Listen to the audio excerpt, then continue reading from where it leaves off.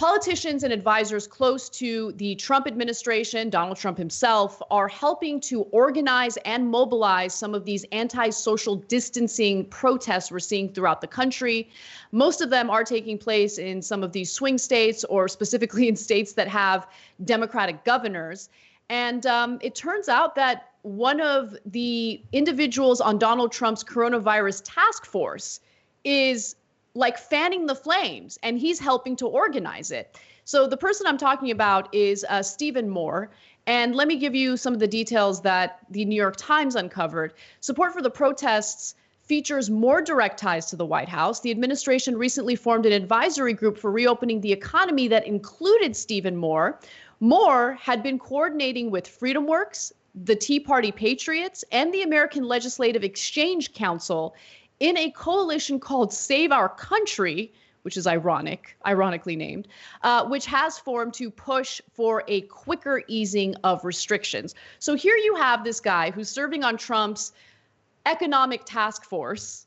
And why do you think he's serving on that task force to begin with, right? Like, this is a guy who doesn't actually care about Americans or their lives. He does care about getting them back to work, even though he knows that it's likely that it's too soon to get people back to work.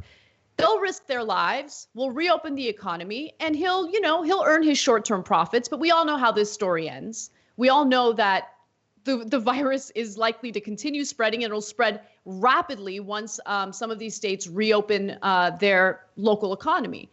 And so it's devastating to see this guy behind the scenes, obviously not interested in actual evidence or scientific data. He's just interested in getting people out there. So he's helping to organize these groups.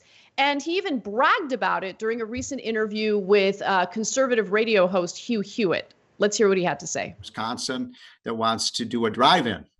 So, you remember the old sit-ins, but this is going to be a drive-in. They're going to shut down the Capitol. Shh, don't tell anybody. But they think they can get 1,500 people to come in.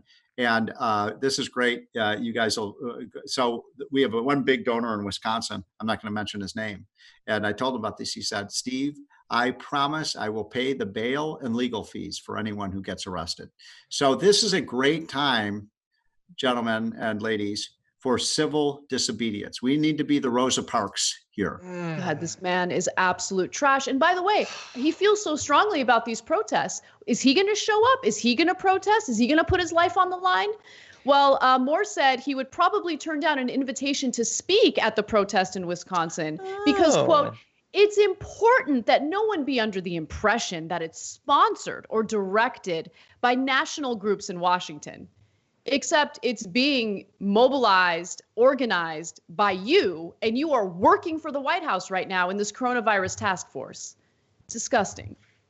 Yeah, well, I believe he is being honest when he says it's important that there's not that perception, but it is being organized by that. I mean, look, he's a great individual. I'm glad that you're pointing that out. There are others too. I mean, DeVos, obviously, in terms of one of the state efforts, and any number of other groups that have helped to, provide these grassroots protests around climate denial, or back in the day with the Tea Party. It's all the same.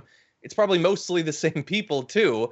And it's mostly the same issues. I mean, ostensibly they're out there because they care about the state reopening, but lots of them they're out there to tote their guns around and to talk about how the Second Amendment is so important. Like, it's the same signs basically that they're coming out for. I love that the terminology he used there, that he was like, he thought, I'm going to make a comparison to Rosa Parks. Wait, is that a good idea? It is a good idea. I'm going to do that. What if we were to ask him tons of people gathering dangerously close, dressed like terrorists to the best extent that they can, toting assault rifles. That is the best of American participatory democracy. Civil disobedience. Kaepernick kneeling, right out. Not acceptable. I know, it is. That is offensive, Anna. It's offensive for him to kneel. He should have kneeled with a disease and spread it to the people around him. That would have been American patriotism. Yeah, it's insane. I mean, like, the hypocrisy, we've always known that hypocrisy exists, not just with Republicans, politicians in general. We see it all the time. But coronavirus has really amplified it because the same people who are breaking their local laws in going out there and protesting, refusing to practice social distancing, are typically the same conservatives who made, like apologist arguments when Donald Trump's ridiculous, horrific, cruel policies at the border led to children dying in cages. And the argument was, well, they didn't follow the law. They didn't follow the law. So those kids, they deserve to die. Okay, so you're not following the law in your state. So if the state decides to take, real retaliatory action against you, do you deserve it? I mean, it's just, I'm obviously using a euphemism here, but like, I wouldn't want those people to be gunned down or killed because they're breaking a law, right?